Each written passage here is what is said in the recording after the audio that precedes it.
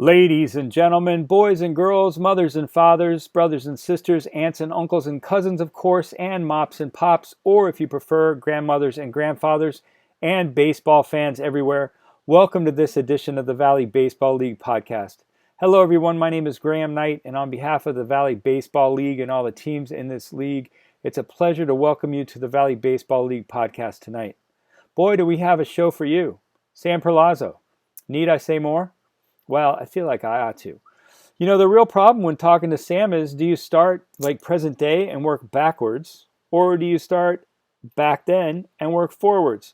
I don't know if we did it right, but I can tell you we had a great conversation, and I'm not going to spend much time telling you about what we said because I'm going to just let you listen to it. But right or wrong, we just decided to start back at the beginning, and we started with asking Sam how he got started in this league. I mean, after all, back in the 70s, Sam Perlozzo was a New Market Rebel. Take a listen. Well, you know what? I got introduced to the Valley League with my older brother, Nick. He played for Luray when they had a team in there, and then he went to Newmarket, and that's how I got down there. What do you remember about the Valley League?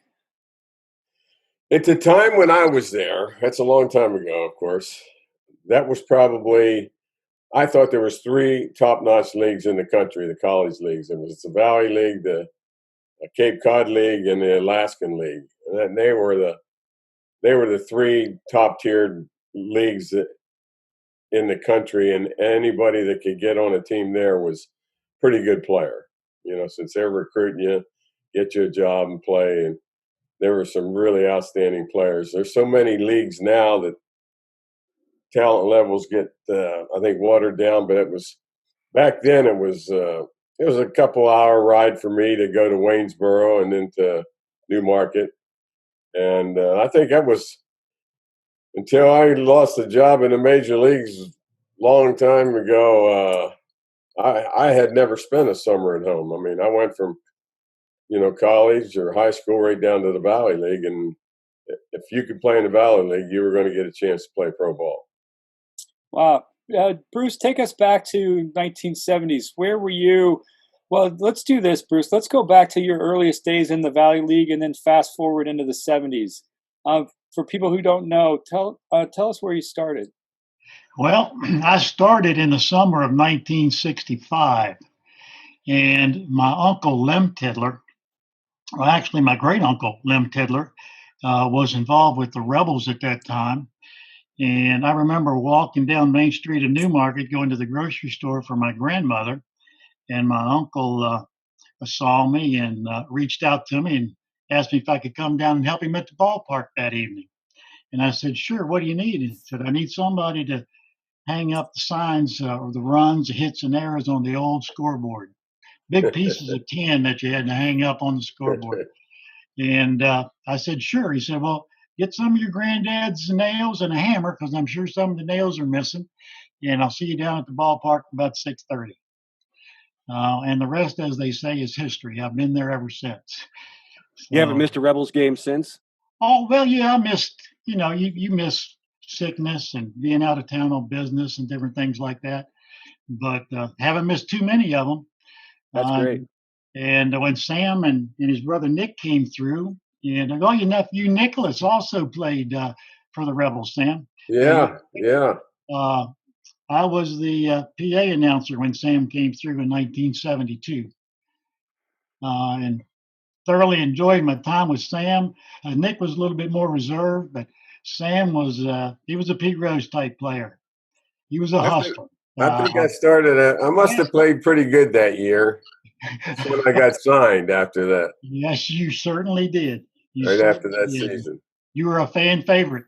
Always been a favorite of mine as well. Thank you. Hey Joe.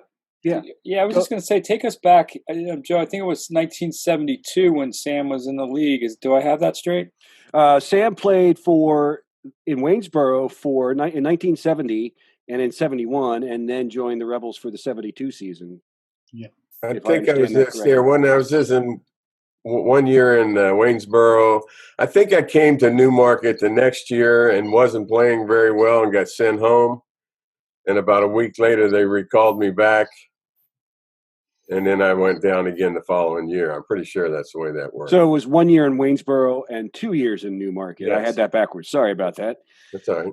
Yeah. Well, Sam, so what do you remember from the 72 season that caught the eyes of the scouts and led to your being drafted? Or, was there a moment there? What was the team like? What was the competition like? What was baseball like in 1972 in the Valley? To me, it was like the best place you could play. If you could prove that you could play in the Valley League, you were going to get a chance to sign a major league contract. And I remember being sent home the first year in New York with the Newmarket. My brother Nick was still there, and I must not have been playing extremely well. So I went home depressed, and then sure enough, a week later they needed some help again, and I came back and played better, and then they invited me back the next year. And I mean, the leagues and when I went to see my brother Nick play prior to me going down there in Luray when he played for Luray one year, man, I watched them guys take batting practice and play in the game, and the ball come off of the bat differently. I said, that's big league baseball right down there now. You end up having your doubts whether you can play in that kind of a situation. And fortunately, I moved. My brother was a couple of years older than me, so I had a little chance to mature a little bit and feel like I belonged. And in '72, I played pretty well, and I'll never forget. You're in your uniform, going out in the parking lot after the ball game, and some guy walked over to me and said, "Hey, boy, you want to play baseball?"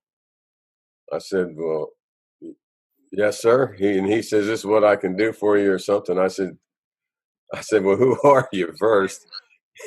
And he told me he was Ed Dunn with the Minnesota Twins. And I had taken I had made a promise. The Phillies had called me and asked me if I would come to Veterans Stadium to try out. And here I got a scout wanting to sign me. So I guess I don't know whether I was smart or dumb, but I told the Minnesota guy, I said, I made a promise that I was supposed to go work out for the Phillies. And the scout says, "Well, I could just forget about you and walk away right now." And I said, "Well, I hope you don't do that, sir." I said, "I made a promise and I feel like I need to keep it."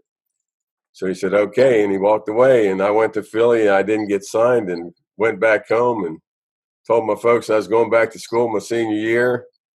And when I came back in the door, my dad says, "Hey, boy," he says, "that Minnesota Twins scout called here for you." I'm like, I have zero experience in that kind of thing. So I go, "What do you want?"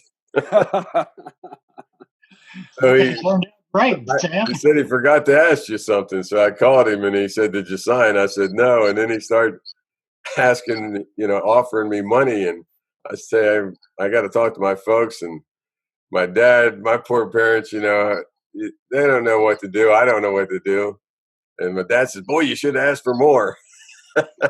So we went back and forth a couple times, and finally, the guy gave me, enough. I was at George Washington University on a full scholarship, so I had to have something for myself, and so we kind of negotiated. I said, "Well, I need this much money for school, and I'd like to buy a car." And fortunately, the gentleman, Mr. Dunn, signed me, and I think I was probably made him really proud. I finally got to the big leagues for a couple of months. Wow. Hey, let me ask you a quick question. I'm just curious. You mentioned getting sent home twice, and that's quite a turnaround to go from being sent off the diamond and then called back, and then a year later you're walking into the parking lot and you got two teams looking at you. Was there something that happened in your time away from the baseball game that changed the way you looked at it or changed your approach? Probably not. I probably relaxed a little more on the second time around. You don't get to prepare yourself as much as you'd like to prepare when you go in there. And quite honestly, it's an extremely tough league. It was an extremely tough league at that point in time. There were good pitchers you were facing. You have to see guys, better guys on a regular basis now. when you're playing in college, you play, it depends on what day you hit, you get a good guy, and then 3 games you don't, and then you get a good guy. In the Valley League, you got a good guy every night. So I think I relaxed, was put in the lineup, and let me play, and I think I just settled down and started getting used to the pitching and stay within myself and started to play better. Well, let me throw one more thing at you, and then I'll throw it to Joe. We were just talking to Zach Cole yesterday. Zach coached in Newmarket for 3 years and took them to a championship in his last year there. I think that was 2018. He went off to Waynesboro. I love the coincidence there that you played in Waynesboro. Yeah. Anyway, there's a nice tie in there. I couldn't resist mentioning that. Zach was talking about coaching the team last year, and one of the things that I found really impressive about him was he took a team that didn't seem to be too cohesive, and he said he was able to turn them around by getting the guys to settle down. He said, everyone came out trying to be a hero. And once you could get them to realize, hey, if you get a walk and somebody else gets something and then we score 5 runs, the guy that hit that ball that scored the 5 runs, he didn't get all 5 runs. He couldn't have done it by himself. And he got the team to be more cohesive. And when I hear you talking about trying to settle down and just focus on the game, that sounds similar. Does that? Well, yeah, I think one of the things that happens is when you're invited to go down there, you semi think you're a big shot, good player. And sometimes I think we go down there and think about getting signed or playing for ourselves, when if you just play like you always play for the team, the things that you do well are going to shine and show up. But if you start doing things that you're not, you shouldn't be doing just for yourself, you're going to lose your ability to just relax and play the game. And I think I was able to do that after that. Yeah. Hey, so help me out with the timing. Now, you mentioned that you played ball at the George Washington University. That's in D.C., obviously. And the Twins had been the Washington Senators right prior to the 72 season. What year was it that they moved to Minnesota? And the reason I ask is, was it being in D.C. That did you get connections with that franchise by playing for George Washington? No, I got a little funny story, as you would appreciate. Is I was a pretty good football player in high school. I was little though, but I had gotten a lot of letters of interest from colleges, and then as time went on, I was a little too small, and then the scholarships dwindled. So I was kind of looking for, my folks didn't have a lot of money. My brother was barely got a scholarship to High Point. And I wrote to a couple of scouts. I didn't know what to do. I wrote to a couple of scouts that I knew. I wrote to, remember Edsel Martz? Some of you guys might know. He had the Black Sox in Washington, D.C. It's kind of like a summer league. And my brother, Nick, played for him. And I got his address. He sent me a list of schools to write to, and he would write to them. And sure enough, about a week later, Steve Korchak from George Washington called me and said he wanted to come up and watch me play.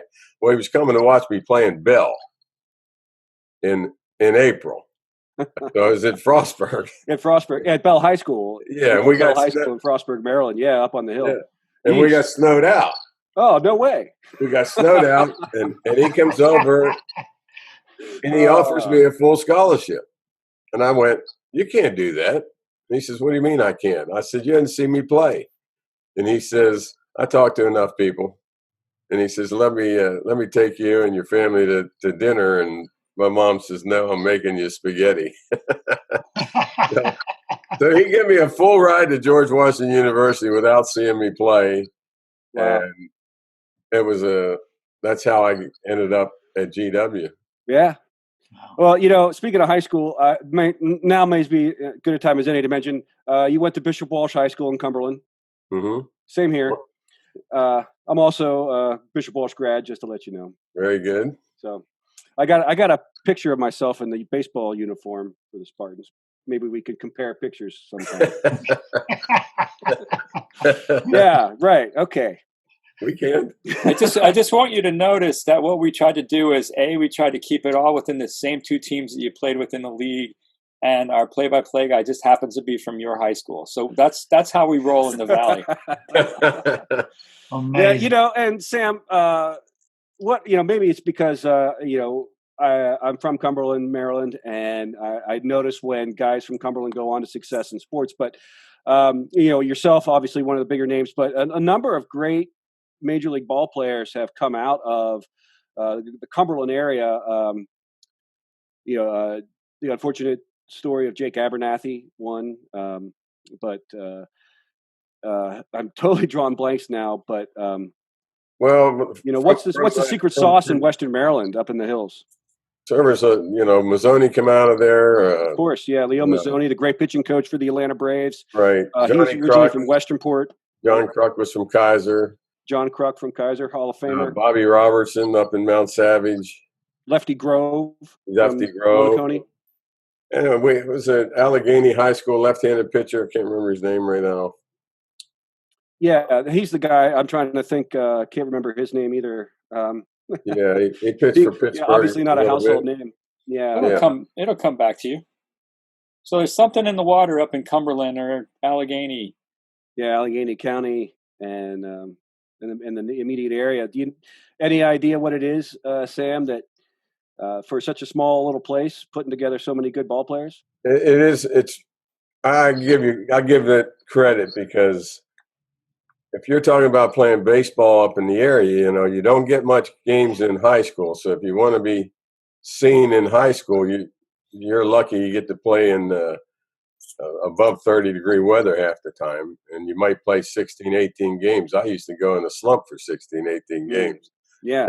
And be able to rally out of it. But because we would start spring practice amidst the snow flurries. Yes. Wearing our winter coats, trying to play catch and swing a bat. Yeah. And we did that. We did that early. So if you wanted to play, in the summer, you either were on a Penmar League team. If you wanted to go somewhere and be seen somewhere, you had to try to find out a tryout camp, and that's how the Valley Leagues came about. My older brother went in there, and I just followed in his footsteps and was able to find some good people that I enjoyed, and I was really close to home when you get right down to it. There's a whole lot of players played on these teams from a lot bigger schools and baseball schools that were, from Carolinas and things like that. So, it's your summer. They get you a job. That was always one of the things. They got you a job, and you played for them. The job I got down, it's a wonder I made it through with my jobs. I worked at Western State Reserve in a mental hospital and a lock ward. And every day I got back to the ballpark, I had stories for the guys. They couldn't wait to talk to me. Yeah, wow. And then when I went to Newmarket, I had to go down to Harrisonburg to work at the Valley Glass Company, right? Well, I only knew how to get from my house to the Valley Glass Company, period. So I go into work one day, I park my car at the Valley Glass Company, and the guy says, "Come on, grab that extension cord or something." And he says, "Let's go." And we just jumped in the truck and took off. I didn't care. I didn't know where we were going. So he tells me to jump back in. We get on the job, and I have no idea where I am. He says, "Go back to the office building and get me a extension cord." Well, I jump in the Valley Glass truck, and I realized I didn't know where I was. So I had to lean out the window of my truck that says Valley Glass Company, and I have to ask him, "Where's the Valley Glass?" I was never more embarrassed. Oh, glad you didn't have rebel gear on. Good thing I could play a little better baseball.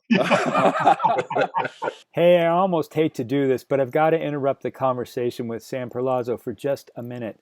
Just long enough to remind you all to subscribe, like, and share us. Super important. We are trying to bring the best of the Valley League to anybody, anywhere who wants to hear about it. And we've got a lot of great stories. If you were listening to the Ryan Facto interview we did the other day, you learned that in addition to 1,100 plus players coming out of the Valley Baseball League and going on to play in the majors, we had one NFL player who played in the league and came out and went into the NFL. Go figure. But a big shout out to Riley Cooper for being that one standout. So also want to remind you, if you've got any comments, any ideas, we want to hear them. Don't think you got that across. I want to make that clear. We want to hear them. vbleague@isomermedia.com. vbleague@isomermedia.com. All right, we're going to get back to the conversation with Sam, but first we got to give a shout out to our great sponsor, Grace Burrows. She's got another book out. Like, it's number 70 something. I mean, that woman is an amazing writer, and she is incredibly prolific. If you haven't read her work, take a look at this. Maybe this will be your first book.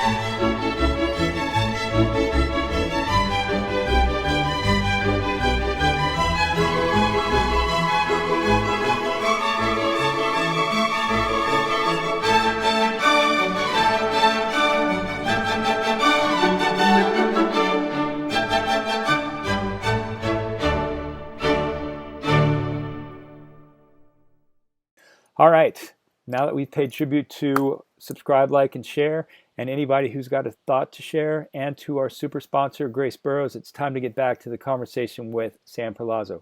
Here he is. We were just talking to, I think, Mike Bocock, who ran into Dayton Moore at the, I think it was the 2016 All-Star inductions. And here's Dayton Moore, who in 2015 won the World Series with the Kansas City Royals. Anyway, apparently there was some game that they had played back in the day in Stanton or somewhere, and there had been some call along the third base line in Stanton, and Dayton pulls Mike aside and says, "Do you think that ball was in or out?" I'm just curious. Do you have any memories like that from the league where, you know, we're here 50 years later and there's still, you know, a question about a call or one moment that just stands out or is burned into your mind in some way? I don't think call-wise, but I mean, I worked at Western State. I worked at Valley Glass, and I finally, my last year, which you kind of think you're a senior guy down there now, they gave me the job on the field. So I used to have to get the field ready to play, and I loved that. I loved doing the cutouts and making everything straight and manicuring the field as best we could. So I had a blast with that one. Yeah. Oh, nice. So grounds crew would have been the fallback? I guess so. Yeah. Well, Sam, let's talk coaching a little bit, because obviously that's where you've made your mark in your baseball career. You've been a Major League Baseball coach with, started with the New York Mets, the Reds, Cincinnati, the Mariners, a couple of stints, and of course, as the manager of the Baltimore Orioles, also coached third base for the Philadelphia Phillies, including the NL pennant-winning season of 2009. As a coach, how important is summer college ball? To me, you can't beat it. I mean, you really can't. I don't care. You have to play the game to get better, especially if you're a kid that's in the cold climate all the time and you don't get as many games played and you don't get outside enough. The Valley League was the best place you could ever be. I mean, there were times when I looked down there and wondered whether I could play with those guys. That's how good I think the baseball was. But, you know, you adapt eventually.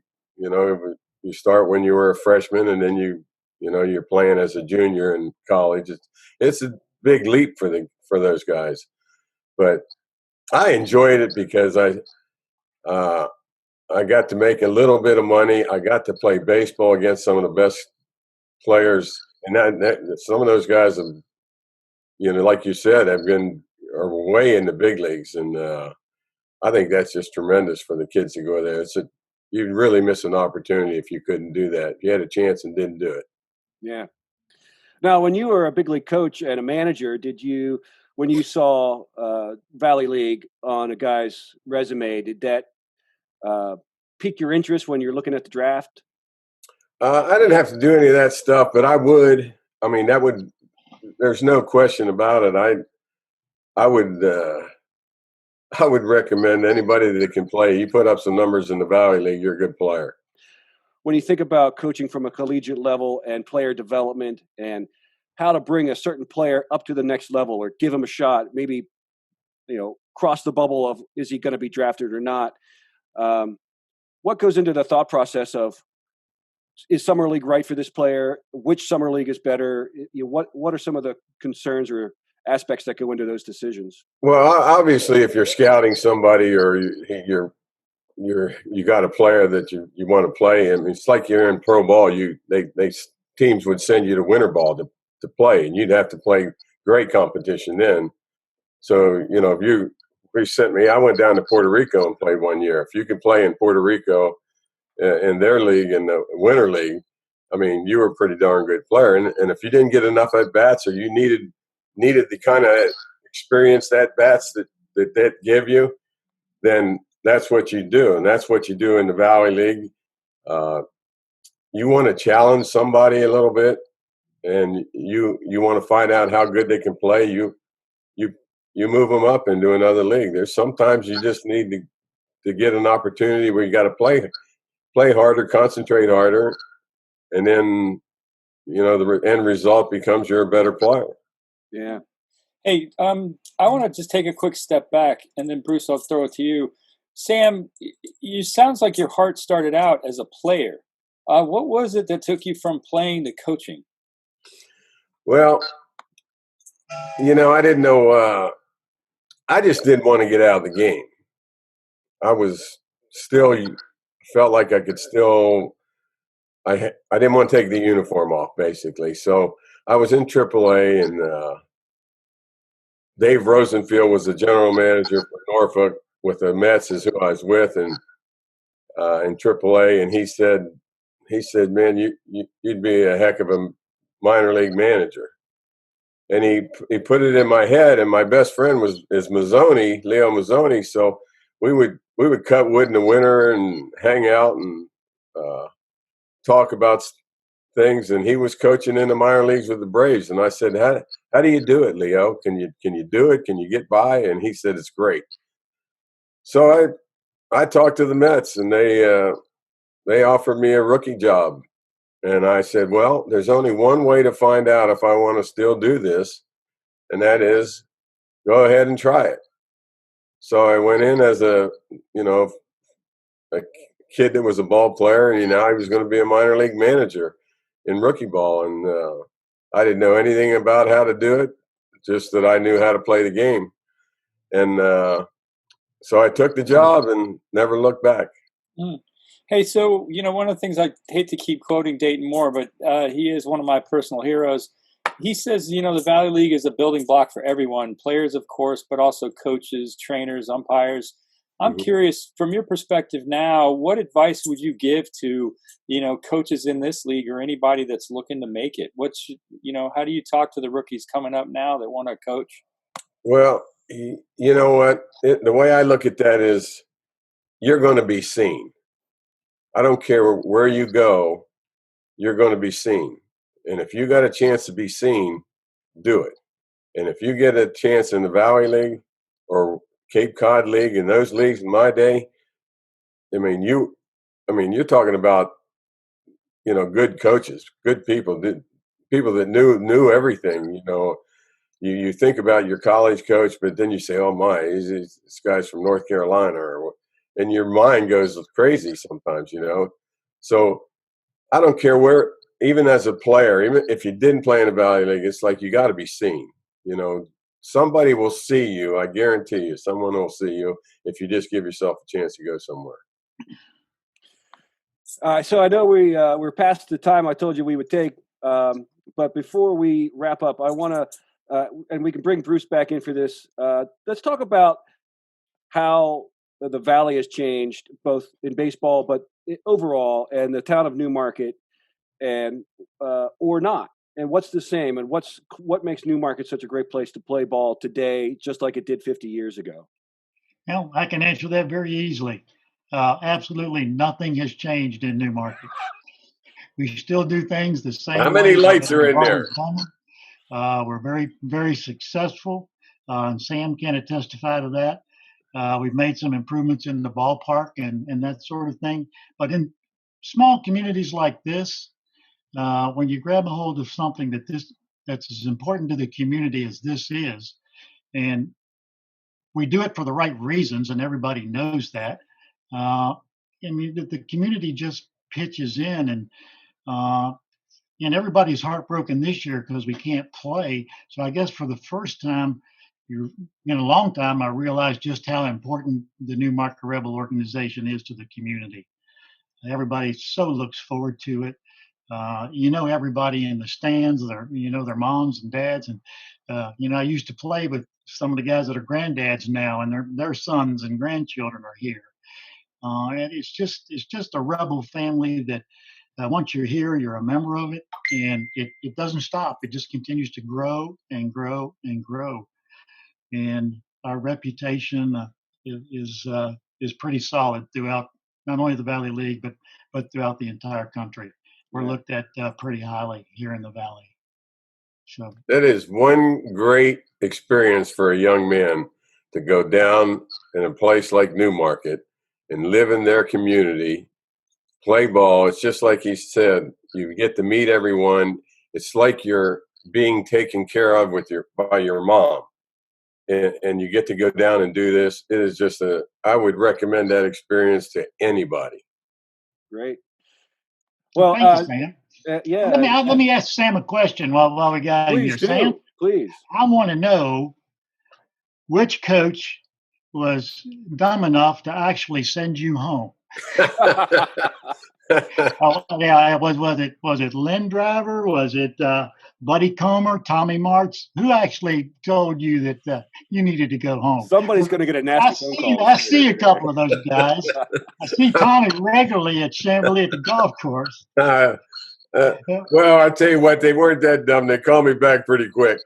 Well, but they sent you home. You could have got away. Who was it? Who was the head? I don't remember. I don't get anyone in trouble. You're not going to get in trouble. I was happy to get back. Okay. All right. I'll let you slide on that one.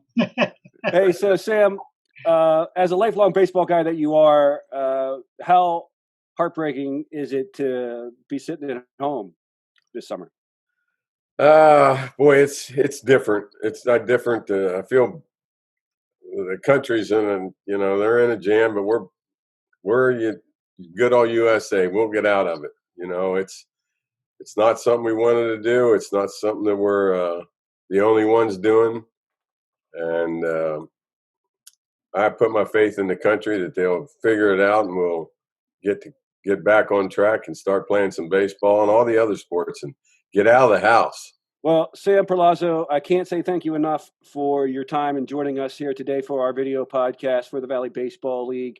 And Bruce Alger, chairman of the Valley Baseball League, thank you for joining us as well. Sam, obviously your career as a major league coach is phenomenal. And for anybody that doesn't know, Sam was the manager of the Baltimore Orioles, also served as third base coach for the Philadelphia Phillies, the Seattle Mariners, and the New York Mets, among others.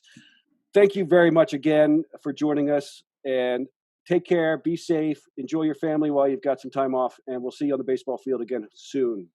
Thank you guys a lot. And tell everyone I said hi down there now, Bruce. Hey, I'll do it, Sam. God bless you, son. Good to see you again. You got it. Take care. Have a great one. Stay in touch. Hey, guys, thank you so much. That was awesome. Really appreciate that, Sam. You're welcome. My pleasure. All right, that's going to wrap it up for us today. What can you expect the next couple of days on the Valley Baseball League video podcast? We're going to cover baseball heroics.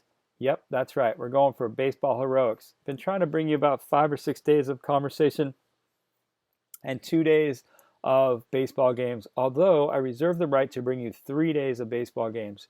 Back in 2018, the Woodstock River Bandits were down to 9 players, and they came up to Winchester and they slugged out a doubleheader with 9 players, one of the most heroic things I've ever seen, because they didn't want to forfeit.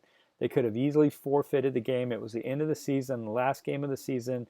They'd had a rough year, could have walked away, but they didn't. They came in and they slugged it out, and it was an amazing effort and amazing to watch. I'm going to bring you those 2 games. Also want to bring you the last game of the regular season, or it might have been the playoffs. I'm going to have to go check. Stanton Braves were playing against the Charlottesville Tom Sox for the playoffs. And Andrew Check, who was one of their big hitters, had gone off to play in the Cape. And Stanton was down to 10 players. Anyway, it was an amazing game, another heroic effort. So, heroics don't always look like the guy in the outfield jumping 20 feet over the outfield fence to catch the ball, or slamming into the catcher at home plate and bouncing off. Sometimes they look like the games we're going to show you this weekend. Anyway, we hope you've enjoyed this week of Eddie Smith from LSU, Dan Jaffe from Catchers U.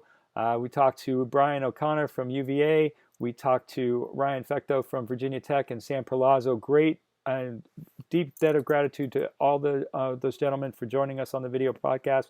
We hope you enjoy this coming weekend of baseball, and we'll be back next week to talk all-decade team. Yep, we're going to dive into some of the great players from the last decade.